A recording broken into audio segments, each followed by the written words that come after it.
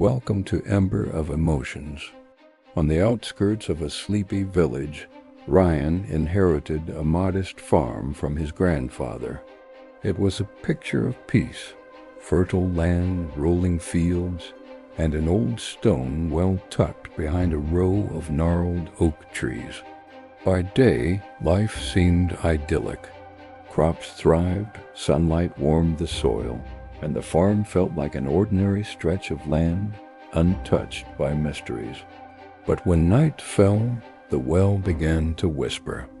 At first, Ryan dismissed it as the wind, the trickling of water, or maybe just old pipes shifting in the dark. But the noises grew more distinct. Soft murmurs, the faint clink of metal, and low, hollow groans started to emanate from the well's depths, echoing against the stone.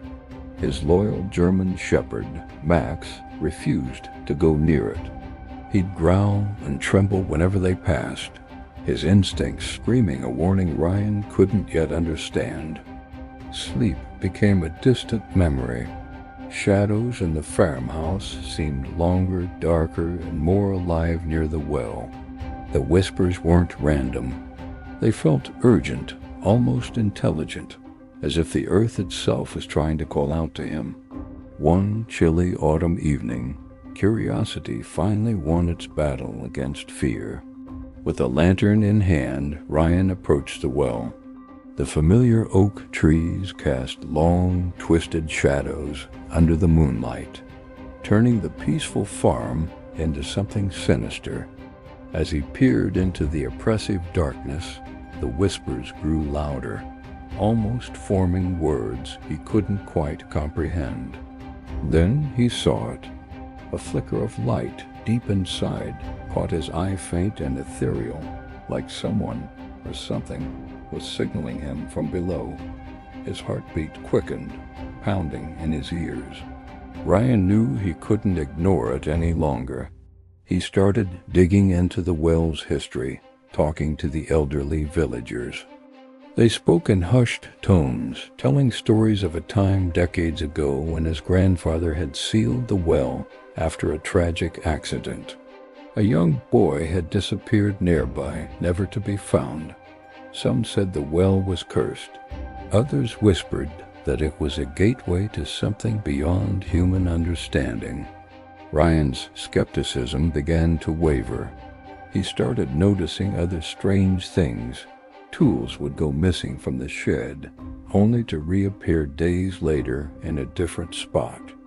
He'd find fresh footprints near the well at dawn, and they didn't belong to him or Max. Shadows seemed to move on their own at the edge of his vision. Determined to uncover the truth, Ryan prepared himself for what was to come. He gathered a sturdy rope, his brightest lantern, a crowbar, and a small backpack of essentials. Max followed reluctantly, his eyes fixed on the well, sensing the danger that lay ahead. Ryan tied the rope securely to a strong oak tree and began his descent into the darkness. The walls were damp, slick with moss and age. The deeper he went, the colder it became, a bone-chilling cold that had nothing to do with the autumn air. The whispers turned into a low, resonant chant that vibrated in his skull, a terrifying blend of fear and intense curiosity. He could feel it now. Something alive lurked below. At the bottom, Ryan's feet touched solid ground. His lantern revealed a hidden stone chamber. Ancient symbols glowed faintly on the walls, etched in intricate patterns that seemed to shift and writhe. The floor was littered with bones, fragments of metal and dirt, and there, half buried under the debris, was an iron-bound chest. It emanated a cold, unnatural aura that made the hair on his arms stand up. As Ryan approached, the whispers intensified, now speaking directly into his mind. They promised secrets, knowledge, and power beyond his wildest dreams. With shaking hands, he used the crowbar to pry open the ancient chest. Inside, he found a collection of strange artifacts, yellowed journals written in a forgotten language, coins from centuries past, and a small sealed vial containing a thick black liquid.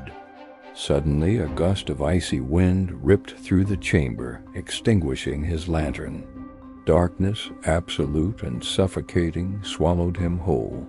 He felt unseen hands brush against his skin, tugging at his clothes, pulling him back into the shadows.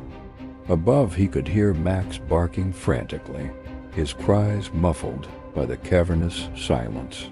Ryan fumbled for his lighter, his fingers numb with cold and fear. He managed to relight the lantern, and to his horror, the chest was empty. The whispers were gone, replaced by a deep, guttural growl that echoed off the stone walls. Panic surged through him. He scrambled to climb out, his hands slipping on the damp rope. Cold, unseen fingers seemed to grip his ankles, trying to pull him back down. But sheer adrenaline and Max's frantic encouragement from above gave him the strength to break free. He emerged into the moonlit night, his heart pounding, his lungs burning.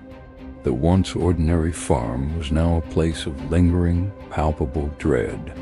The following day, Ryan sought help from the village historian.